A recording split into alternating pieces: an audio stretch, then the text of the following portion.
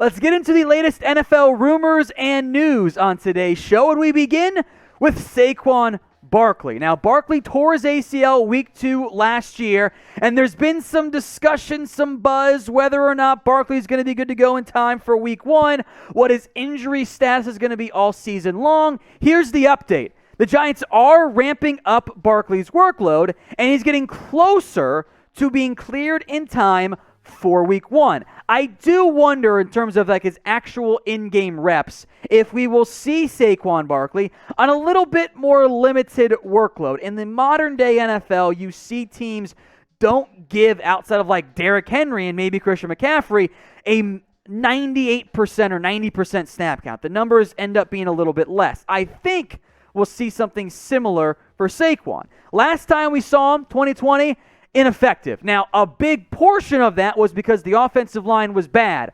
although that offensive line still might not be that good for the Giants, given they've desperately tried to add help with Ben Bredesen and Billy Price, who, well, maybe Bredeson's the more intriguing guy, and we'll see if Billy Price change of location, if the senior change is enough for him. 2019, though, he was a much better football player, and Barkley is such a home run threat. The Giants need him out there, given what they've invested in, what they have behind him as well, if they're going to be a true playoff contender. Devontae Booker, Gary Brightwell are RB2, RB3. Dexter Williams, more so than Platzgummer, is the intriguing name to watch, since Platzgummer is on that NFL player pathway exception for the practice squad. If Barkley can't go for some reason in week 1, don't be surprised if Dexter Williams gets the call-up for that first game in order to help out the numbers on that center. You can promote guys in the practice squad this year.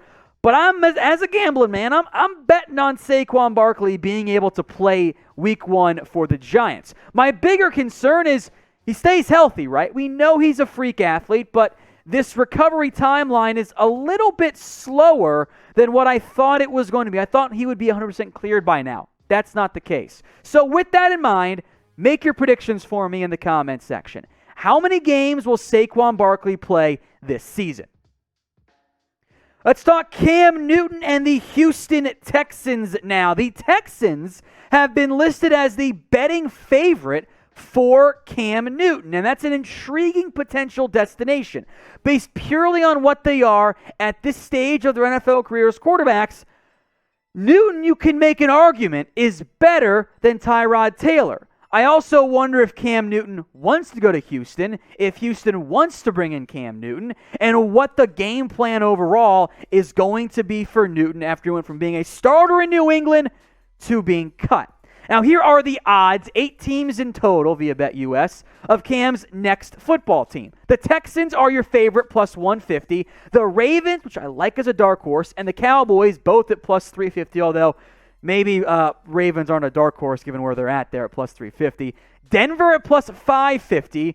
2 teams with heavy ties to Cam Newton. Carolina plus 900. Washington plus 1,200. Pittsburgh plus 1,400. And the Giants way down there at 1,600. Now you can bet on these Cam Newton odds with our sportsbook partner, BetUS. In fact, they're going to give you money to sign up with them. If you head over to chatsports.com/bet, if you create an account, put down $100, they're going to give you an extra 125 to bet with. So you can put $5, $10, $15, whatever on Cam Newton, where everything is going to go. If you hit, awesome, even more money. If you lose, you are literally playing with house money right now. So go head over to chatsports.com/bet. Use promo code NFL Daily when you sign up and deposit to get that 125% deposit bonus. Houston, I do think, makes some sense because of some iffy quarterback situations. Tyrod Taylor is the starter right now. We know he's not that great. The problem for Houston is that even if Cam Newton is an upgrade over Tyrod Taylor, is Cam Newton going to be enough to make them a better football team, substantially better than what they were when they had Deshaun Watson last year? My answer is no. Even if Houston signs Cam Newton, even if he is an upgrade at quarterback, they're still going to be a bottom NFL team. I don't see Houston competing legitimately for a playoff spot. Because of that, I think for Houston, it makes a lot more sense to, even though Cam I think could be a decent scheme fit, could run the offense, offers so much ability on the ground, to instead see what Davis Mills can do at quarterback, to see if he is maybe, probably not, your future at the position. So I get the connection between Cam Newton and Houston. I'm just unconvinced he really ends up being the guy or an upgrade that makes sense for them in the end. So make your predictions. Where do you guys think Cam Newton will sign? Get your votes in for me right now in the comments section. The Houston Texans have officially named their starting quarterback. It is not Deshaun Watson or Davis Mills. Instead, it is Tyrod Taylor, or Tyrod, depending on how you want to pronounce it. He's fine either way. This is not really a surprise, as Taylor had worked as the starter all preseason, offseason, and training camp. In fact, Deshaun Watson right now is buried on the depth chart as the third stringer, and frankly, I don't know if he plays at all this year. In fact, I lean towards he does not end up playing. So the veteran Taylor, at least for the time being, is getting the starting nod for Houston. He didn't play much last year, and frankly, hasn't played that much over the past 3 seasons. 4 starts in that time frame.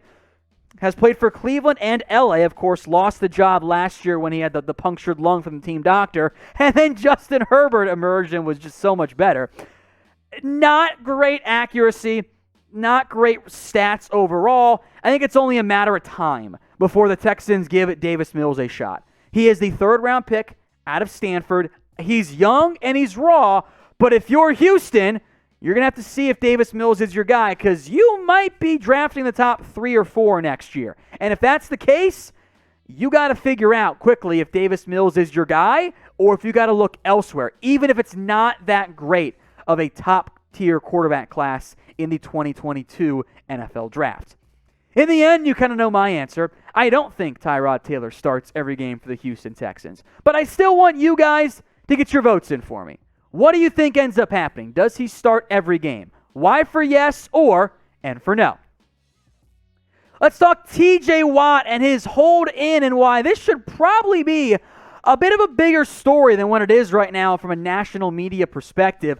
TJ Watt has, as he's been all off season, looking for a new contract. He's been in what we call holding in, meaning he's there, he's at the facility, he's not practicing, but he's just there, so he's not technically holding out, so he does not get fined.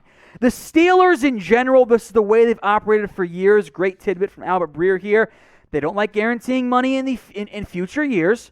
They don't like negotiating once the season starts, and they don't love doing extensions with players who have more than a year left on their contract. Now, Watt doesn't really matter so much to that last note. However, the Steelers kind of got to pay TJ Watt a lot of money. TJ Watt is going to be searching for more than what Joey Bosa got. That is the reality of the situation for Pittsburgh because of how awesome TJ Watt has been. $28 million per year on admittedly probably a 5 or 6 year deal is what I expect TJ Watt to ask for. Guys, he's incredible. These numbers are obscene. 23 tackles for loss, 15 sacks, 41 quarterback hits. The dude's hitting the quarterback like 2.5 times per game. Those numbers are not matched very often. Watt has been incredible. He is one of, if not the outright best edge rushers in the NFL. And now you're starting to maybe get the whisper and buzz of TJ Watt skip week 1. He's been holding in. Now, I would lean towards no, he plays week 1 because he doesn't want to miss out on game checks, which are still fairly substantial for him. But it's kind of gone under the radar, I think surprisingly so, the fact that one of the best defensive players has one. There was so much discussion around Jamal Adams, for example, and very little around TJ Watt. Interesting to me. So what do you guys think? Would you make this all go away and simply make TJ Watt the highest paid defensive player?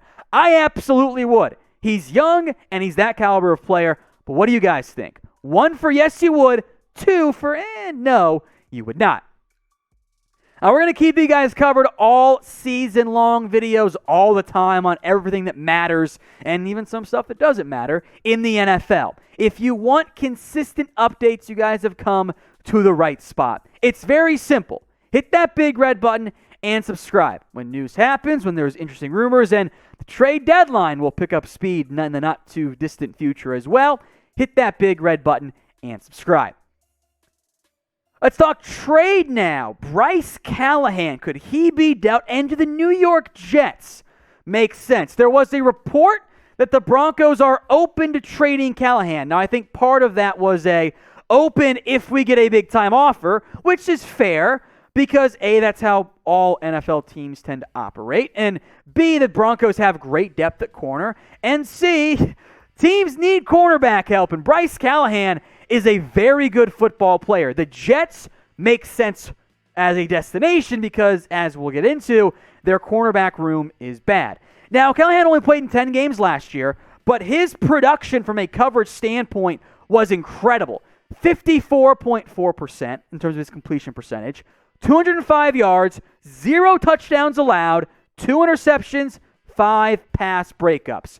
The long-term future for Callahan in Denver might be a little bit murky, but Denver seems to love corners, so I'm not convinced they trade him. In terms of which team needs Callahan the most, I don't think there's a team in the NFL that has a worse and, frankly, I'd say limited upside cornerback room than the New York Jets. Bryce Hall, Brandon Echols and Javelin Guidry, Jason Pinnock, Isaiah Dunn, Michael Carter, the non-running back, the cornerback version, Justin Hardy, those guys were not early draft picks. I'm a big fan of Bryce Hall. I think there's upside there.